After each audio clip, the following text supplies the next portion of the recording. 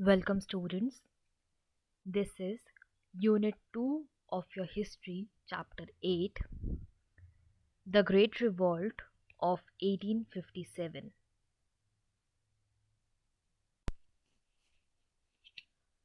Outbreak of the Revolt.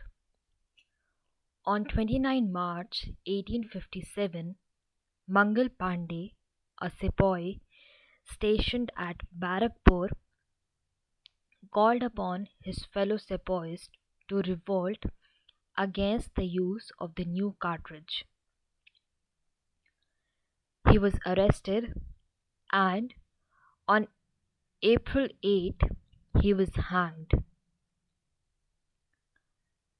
A month after his execution, some sepoys in Meerut refused to use the new rifle. They were sentenced to 10 years imprisonment. This sparked off the revolt.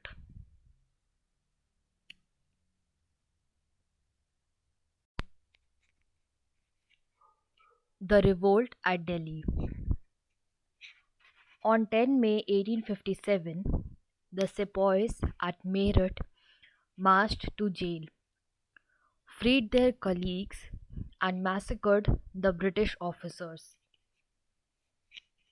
The next morning, they reached Delhi, where the local sepoys joined them. They overpowered the small British garrison, killed the European officers, and proclaimed Mughal Emperor Bahadur Shah Zafar the Emperor of Hindustan. This news spread quickly to the neighboring regions, and people rose spontaneously in rebellion against the British. All rebellious sepoys and the Indian chiefs who rebelled proclaimed their loyalty to Bahadur Shah.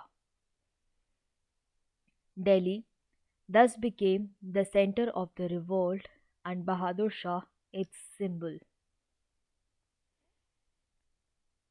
Bakht Khan of Bareilly, which was in Rohilkhand, who had served in the British army, led a band of rebels to Delhi. His able military leadership helped the rebels keep the British out of Delhi for several weeks.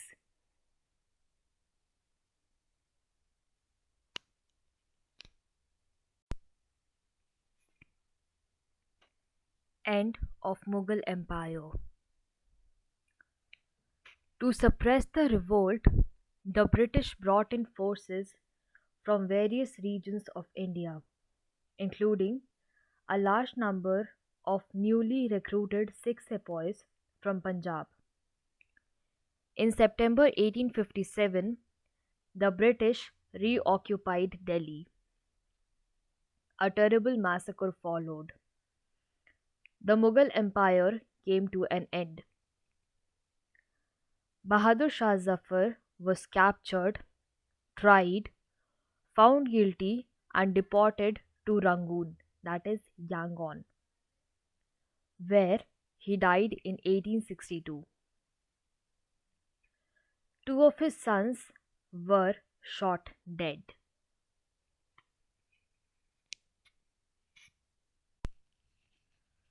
Other centers and the leaders of revolt.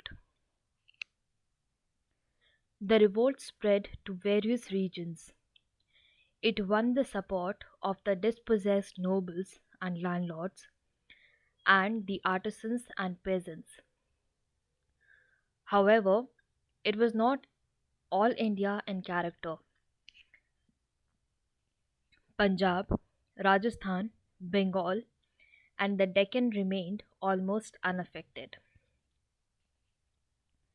After Meerut and Delhi, the revolt spread mainly to Kanpur, Lucknow, that is Awadh, Jhansi, Gwalior, Bareilly, and Ara, that is in Bihar. Kanpur. Nana Sahib, the discontented son of Peshwa Bajirao II, led the revolt at Kanpur. Tatya Tope and Azimullah Khan led his troops.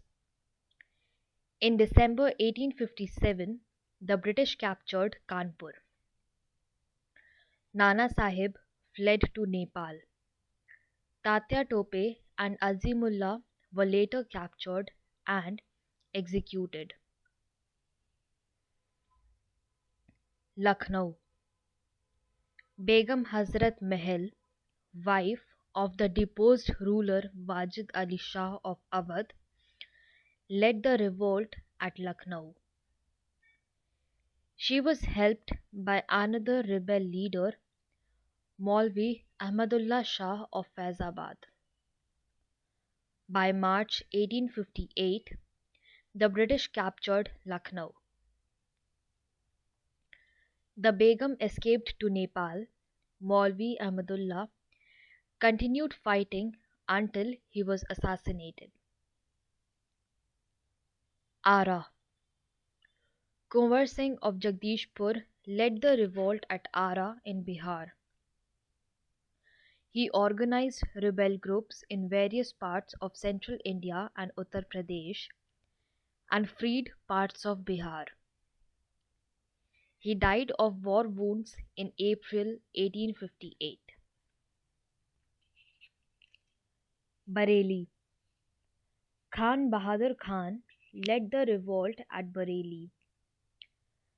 The revolt was suppressed in May 1858 when the British captured Bareilly. Jhansi and Gwalior.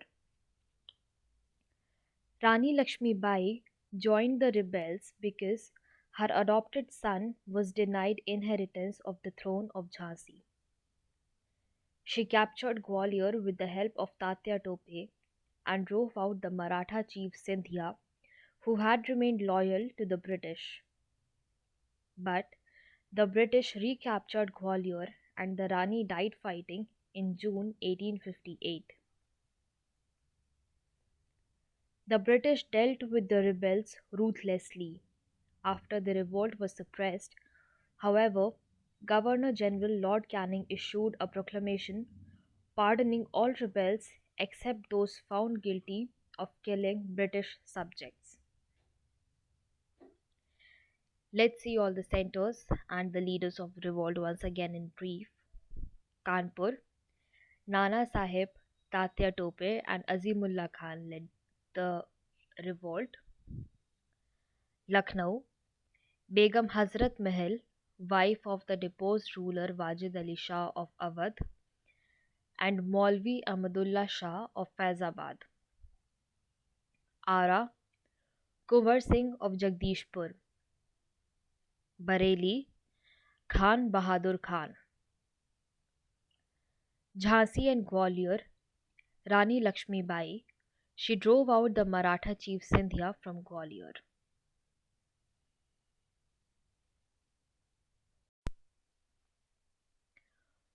Causes of failure. The British had the support of a strong government in England. Besides, their administrative centers in India were well connected by railways, roads, and telegraph lines. The British also had able generals and superior military techniques. In contrast, the Indian military techniques were outdated. The rebel leaders lacked experience and coordination, and they failed to consolidate their gains. Moreover, the rebels got almost no support from the British strongholds of Bengal, Bombay, and Madras, where the British took all possible precautions to keep the rebels in check. In Calcutta, for example, a regiment of armed guards was formed and given full authority to open fire on people even suspected of rebellious activity. And in Madras, people suspected of spreading the message of rebellion were arrested and deported to the Andaman Islands. The rulers of many Indian princely states remained aloof, and some rulers, like Sindhia of Gwalior, the Nizam of Hyderabad, the ruler of Nepal, some Rajput princes, the rulers of Patiala, Nab, and Kashmir, and some chieftains of Punjab even helped the British in suppressing the revolt.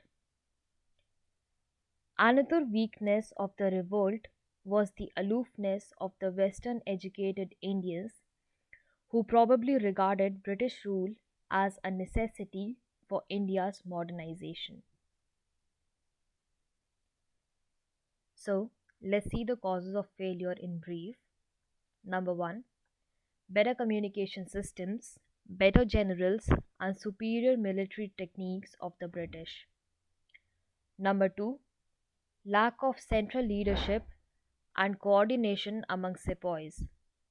Number three, non participation of many regions due to precautions taken by the British. Number four, help received by the British from Sindhia, the Nizam, and some other native rulers. Number five, aloofness of Western educated Indians.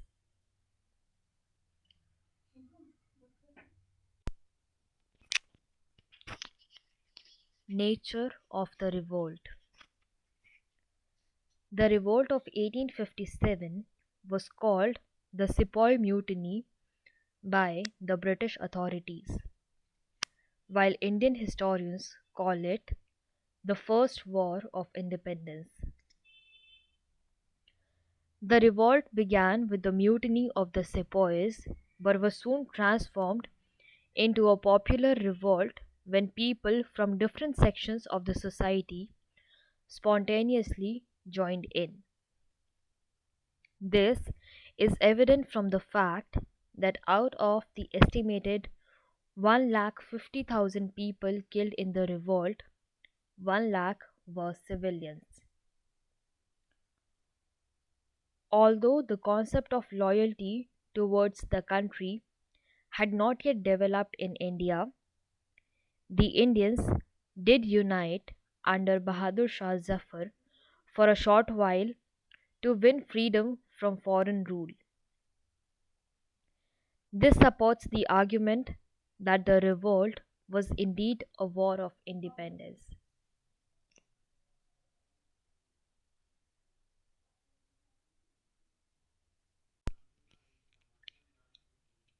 Results of the revolt. The revolt marked the end of the East India Company's rule in India, and the British Crown took over the administration of British Indian territories in 1858. A cabinet rank minister called the Secretary of State for India was put in charge of British political affairs in India. He was responsible to the Parliament. The Governor General under the Company became known as the Viceroy. The Viceroy was answerable to the Crown through the Secretary of State. Lord Canning, the last Governor General under the Company, became the first Viceroy under the Crown. At a darbar, that is, gathering held in Allahabad on 1st November 1858, he read out the Queen's proclamation. In appreciation of the loyalty shown by the Indian princes during the revolt, the proclamation discontinued the doctrine of lapse and promised not to annex any more territories. It also promised non interference in India's religious and social customs. This meant that the British would no longer take interest in social and religious reform. They hoped this would win them the loyalty of the orthodox sections of society. To win the loyalty of the zamindars, the British recognized their traditional land rights and also gave them honors, and titles. Henceforth, the British pursued the policy of divide and rule to prevent the Indians from uniting. They followed a policy of deliberate discrimination against the Muslim community. To remove all prospects of revolts, the army was reorganized so as to keep it well under British control. The proportion of European soldiers to Indian soldiers was increased. Strategic military positions and crucial military equipment, such as artillery, were placed exclusively in the charge of European soldiers and officers. The British began to recruit fewer soldiers from Awadh, Bihar, Madras, and other areas where there had been revolts in or before 1857.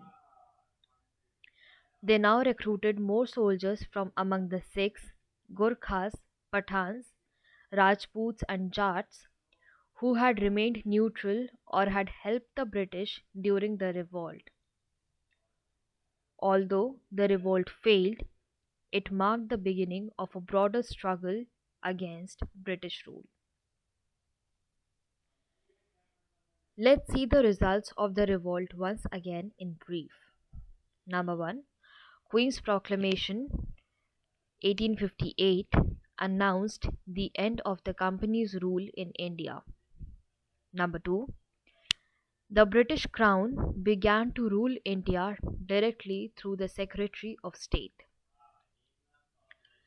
Number 3. The Governor General became a representative of the Crown and was henceforth called the Viceroy. Number 4. The British took steps to win the loyalty of the Orthodox Indians and the landowners. Number 5. The policy of divide and rule was followed to prevent the Indians from uniting. Number 6. The army was reorganized so as to keep it well under British control.